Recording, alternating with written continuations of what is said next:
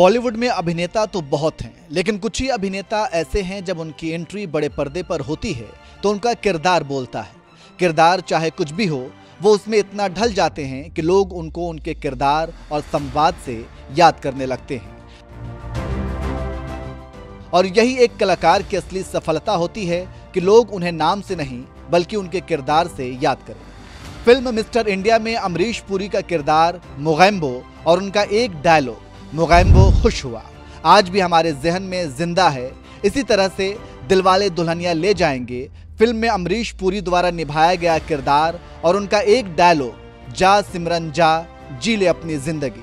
इस डायलॉग ने भी हिंदी सिनेमा में खूब सुर्खियां बटोरी और आज भी इस डायलॉग को बोलकर लोग इसका मजा लेते हैं।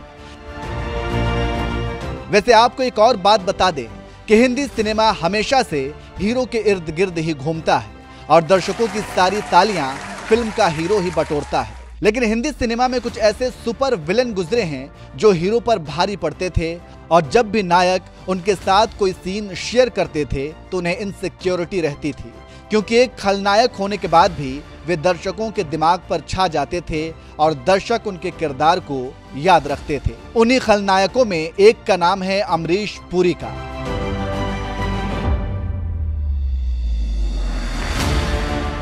जी हां, अमरीश पुरी वैसे तो किसी परिचय के मोहताज नहीं हैं। अमरीश पुरी एक ऐसे अभिनेता थे जो हर किरदार में फिट हो जाया करते थे।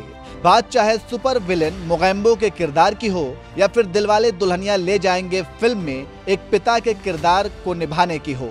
इसके अलावा जितनी भी फिल्मों में उन्होंने काम किया है, असल में उन किरदारों को उन्होंने जिया है। इस वीडियो में हम आपको हिंदी सिनेमा जगत में गुजरे इसी लेजेंड अभिनेता की कहानी बताने वाले हैं।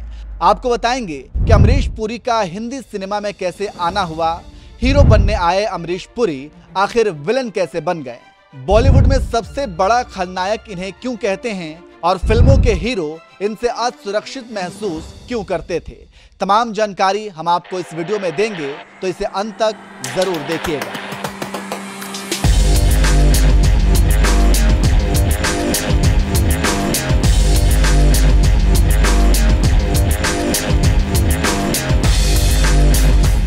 सबसे पहले तो आपको बता दें कि अमरीश पुरी का जन्म 22 जून 1932 को पंजाब के नवा शहर में हुआ था। उनके 4 भाई बहन थे, चमन पुरी, मदन पुरी, हरीश पुरी और एक बड़ी बहन चंद्रकांता। अमरीश पुरी की शुरुआती पढ़ाई लिखाई पंजाब में ही हुई थी। उसके बाद वो शिमला चले गए। कॉलेज में पढ़ाई लिखाई के दौरान ही उन्होंने एक्टिंग में कदम रखा था। उन्हें नाटकों में बहुत दिलचस्पी थी। साल 1954 की बात है। अमरीश पुरी जब 22 साल के थे तो उन्होंने हीरो के रोल के लिए एक ऑडिशन दिया था, लेकिन प्रोड्यूसर ने उन्हें यह कहकर मना कर दिया कि उनका चेहरा बड़ा ही पथरीला सा है। खैर, एक दिन की बात है, अमरीश पुरी की मुलाकात पद्म विभूषण रंगकर्मी इब्राहिम अल काजी से हो गई।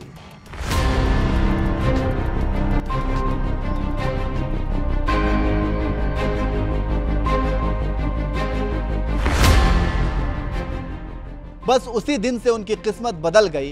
नेशनल स्कूल ऑफ ड्रामा के निदेशक के रूप में हिंदी रंगमंच को जिंदा करने वाले अल काजी साहब 1961 में उन्हें थिएटर के दुनिया में ले आए। अमरीश पुरी अब थिएटर करने लगे और फिर देखते ही देखते वो रंगमंच के विख्यात कलाकार बन गए। एक समय ऐसा भी था जब उनके नाटकों को अटल बिहारी वाजपेयी और इंदिरा गांधी जैसी शख्सियत देखा करती थी। 1960 में अमरीश पुरी साहब ने रंगमंच की दुनिया में कदम रखा था। साल 1979 में संगीत नाटक अकादमी की तरफ से अमरीश पुरी साहब को पुरस्कार दिया गया था, जो अभिनय की दुनिया में उनका पहला पुरस्कार था। अमरीश पुरी थिएटर तो कर ही रहे थे, लेकिन इसके साथ ही वे राज्य बीमा निगम में सरकारी कर्मचारी के तौर पर कार्यरत भी थे।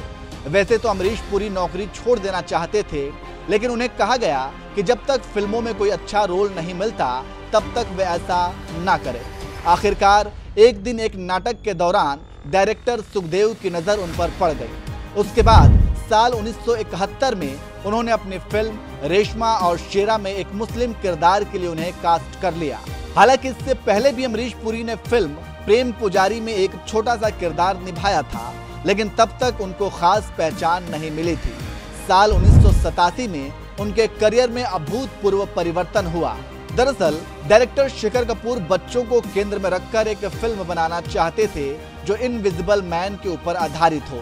इसके लिए उन्हें एक ऐसे खलनायक की तलाश थी जो पर्दे पर बहुत बुरा दिखे और उसकी आवाज में भी खलनायक वाली बात हो। ये सारी खूबी एक ही अभिनेता में थी और वो थे अमरीश पुरी। इसलिए फिल्म मिस्टर इंडिया में खलनायक के किरदार के लिए अमरीश पुरी को चुना गया और इस फिल्म में मोगैम्बो के किरदार और मोगैम्बो खुश हुआ डायलॉग ने उन्हें अमर बना दिया।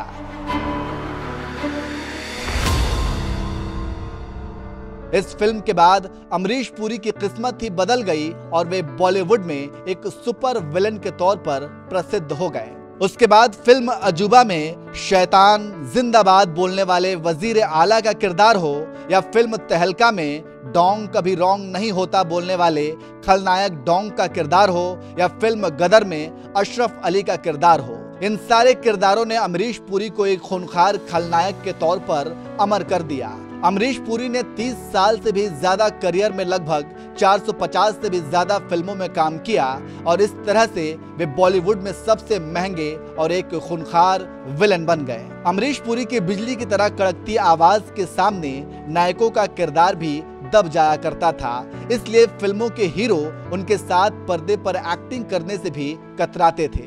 हालांकि पर्दे पर अमरीश पुरी जितने खूंखार दिखते थे, असल जिंदगी में वो उतने ही सरल स्वभाव के और शर्मीले व्यक्ति थे। लंबे समय तक हिंदी सिनेमा में अमरीश पुरी ने एक खलनायक के तौर पर लोगों के दिलों पर राज किया, लेकिन कहते हैं ना, जब किसी ने जन्म लिया है तो फिर मौत भी मुअय्यन है।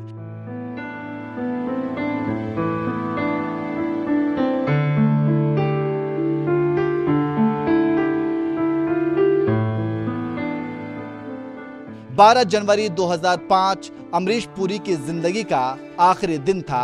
इसी दिन 72 साल की उम्र में ब्रेन ट्यूमर की वजह से उनका निधन हो गया और इस तरह से हिंदी सिनेमा जगत ने एक सुपर विलन को हमेशा हमेशा के लिए खो दिया। अमरीश पुरी की आखिरी फिल्म किसना थी, जो कि उनके निधन के बाद साल 2005 में रिलीज हुई थी। तो ये थी बॉलीवुड के सबसे बड़े खलनायक अमरीश पुरी की कहानी। कैसी लगी आपको ये स्टोरी, कमेंट करके जरूर बताएं और ऐसे ही बॉलीवुड की दिलचस्प स्टोरी के लिए हमारे चैनल को सब्सक्राइब करना ना भूलें।